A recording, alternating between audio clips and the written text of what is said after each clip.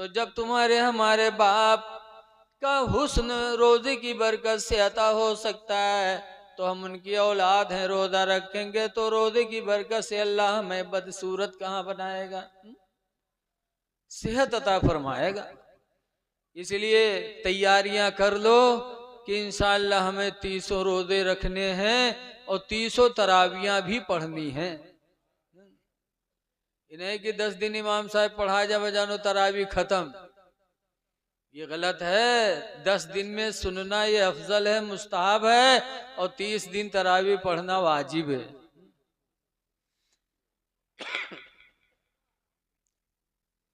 तरावी पूरी पूरी पढ़ा करो।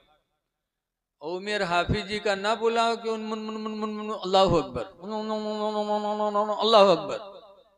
इस तरीके से हाफिज को रखना, पढ़ना, पढ़नवाना सब गुनाह है। कुरान करीम में ला तक़ूलू हत्ता तालमू मा तक़ूलून हत्ता तालमू मा तक़ूलून, कि यहाँ तक कि तुम जानो कि तुम कहते क्या हो। कुरान इस तरह पढ़ो कि तुम जानो कि हम कहते क्या है, और मुन मुन मुन मुन मुन करते चले गए तो क्या, ये कुरान की बेहुरमती करना है। जैसे बाद कहा थे 3 घंटा तरावी में कुरान खत्म कर दी, कैसे खत्म है गो।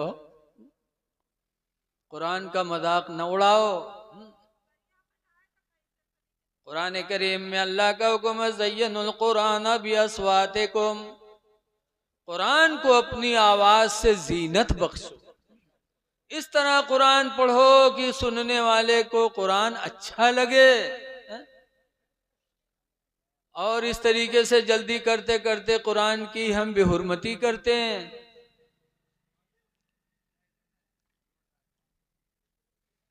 एक बात और सुनो, कुरान पढ़ने वाले, सुनने वाले कितने खुश नसीब हैं। हदीस पाक में अल जन्नतो तस्ताक़ु अर्बात नफर यौमल क़यामा, कि जन्नत क़यामत के दिन 4 लोगों को पुकारेगी। नंबर 1 पर तालील कुरान, कुरान पढ़ने वाले को जन्नत पुकारेगी क़यामत के दिन कि तू मेरे अंदर चला आ। लेकिन आज हम कुरान नहीं पढ़ पाते। एक बुजुर्ग थे हजरत अबू बकर बिन अय्याश, उनका इंतकाल होने लगा तो उनकी लड़की रोने लगी। अबू बकर कहते रो रही हो? कहा क्यों न रो अब्बा, आपका आखिरी वक्त है, पता नहीं आपका ठिकाना जन्नत बने कि आपका ठिकाना जहन्नम बने, अल्लाह कहाँ डाल दे। इस गम में मैं रोती हूँ कि आपका ठिकाना कहीं जहन्नम न हो जाए। एक औलाद को माँ बाप से बड़ी मोहब्बत होती है, ज्यादातर बच्चियां मोहब्बत करती।